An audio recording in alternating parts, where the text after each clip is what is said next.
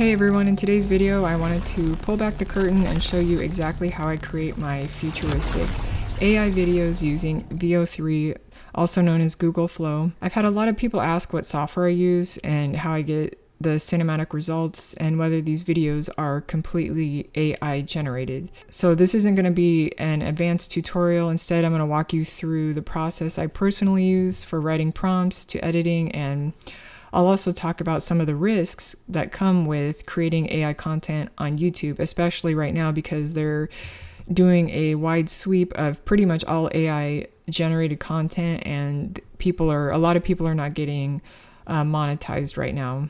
So what is VO3? If you've never heard of VO3, it's Google's AI video generation model. Instead of filming scenes with a camera, you simply describe what you want in the text prompt, and VO3 will generate a video based on that description.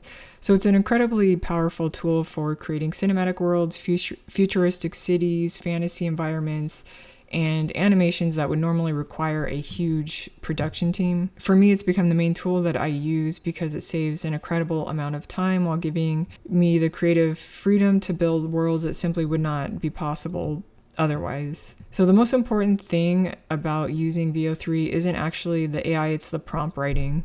So a lot of beginners write prompts that are too short. Something like, futuristic city night might generate an interesting clip, but it usually won't work as a polished or cinematic as you want. So I describe exactly what the camera is doing, what the environment looks like, how the lighting feels, and what kind of mood I'm trying to create. So the more specific you are, the more consistent your results become. And sometimes I'll spend more time writing the prompt than I do generating the video itself. So there are a few things I include in almost every prompt. The first is camera movement. I might specify a slow cinematic dolly shot, an aerial drone fly through, a small orbit around the subject, or a first-person POV. Camera movement makes a huge difference in how professional the video feels. The next is lighting. I almost always describe the lighting because it controls the mood of the scene. So for futuristic videos, I like things like glowing neon lights, volumetric fog, soft reflections, golden sunsets, or moonlight mixed with holographic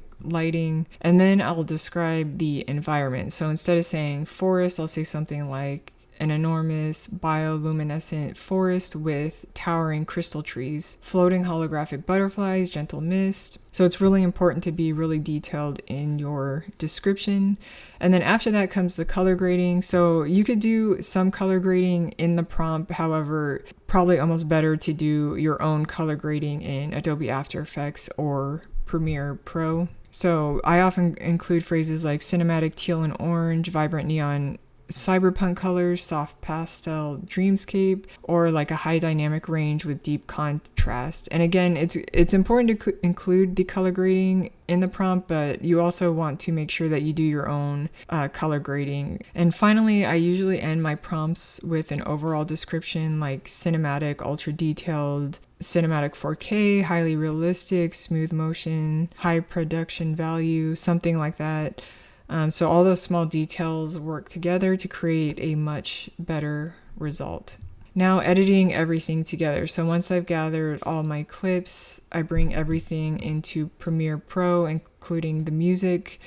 And this is where I edit everything and bring it all together. So I trim each clip. There's always movement happening, match the transitions to the music, and remove any moments where the AI creates glitches or awkward animations, creating zooms or transitions, glitch effects to make the video more interesting or the transition into the next scene more interesting. And then occasionally sound effects, and then of course, color adjustments if needed. And even though AI creates the footage, editing is what really gives the final video its pacing and personality. And before I finish, I just want to talk about something really important. If you are thinking about starting an AI channel, just make sure you research all of the requirements for YouTube now, because they're really cracking down on the AI content. So if you are thinking about starting a YouTube channel, I would definitely do a lot of research prior to starting, because it would be terrible if you put in all that work and